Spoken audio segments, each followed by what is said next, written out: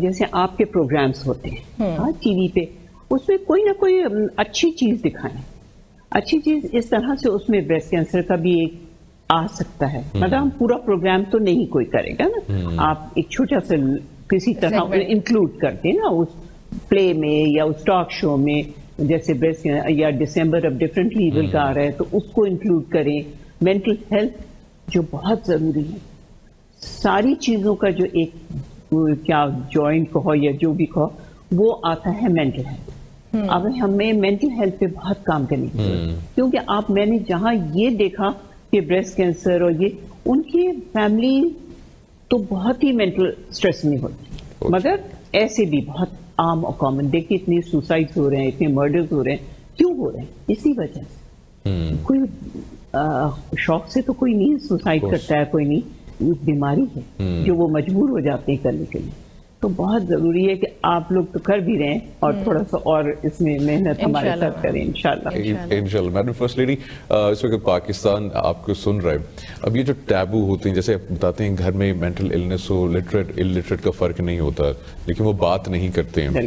انہیں کیا آپ ایک میسج دیں گی یا ان کی کوئی ایک پیغام جس سے وہ سمجھ سکیں کہ بات کرنا ضروری ہے اور بات کرنے میں کوئی حرج نہیں؟ بات بنے.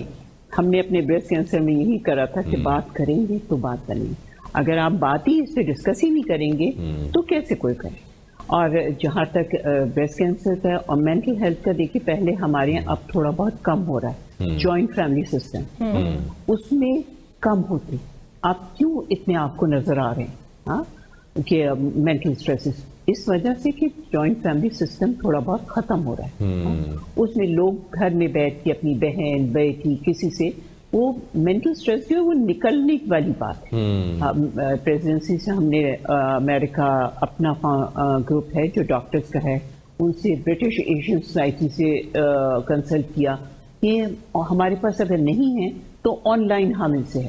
جو سیویرٹی ہے ان کو ہم ظاہر ہاسپٹل کر لیں، مگر جو بیسک بیماریاں ہیں اس کو ہم ان سے ہیلپ کریں، ان سے بات کریں.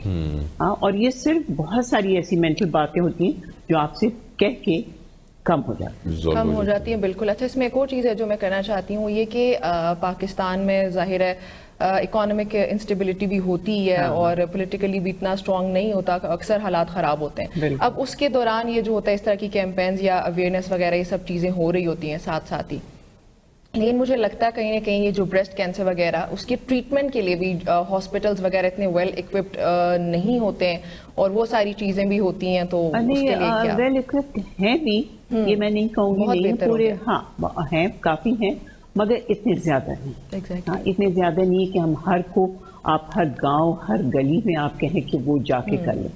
تو ہمارے یہاں یہ مسئلہ ہے، مگر انشاءاللہ جیسے جیسے ہم لوگ حالات ملک کے بہتر ہو رہے ہیں تو ہم ان چیزوں پہ کام بھی ہو رہا ہے اور ہر جگہ جا بھی رہا ہے.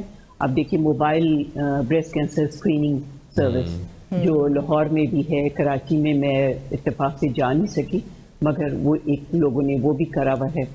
ایسی کافی حد تک کافی ہو رہی ہیں کام اور فیسلٹیز موجود بھی ہے، مگر ہماری بہنیں جائیں گی تو یہ کام آپ بات کریں گے. ہاں، آپ بات کریں گے تو بات بنے گی نا. اگر آپ اس کو چھپا لیں گے تو پھر نہیں ہوگا. آپ جو بھی فیسلٹیز ہو تو وہ کوئی فائدہ نہیں.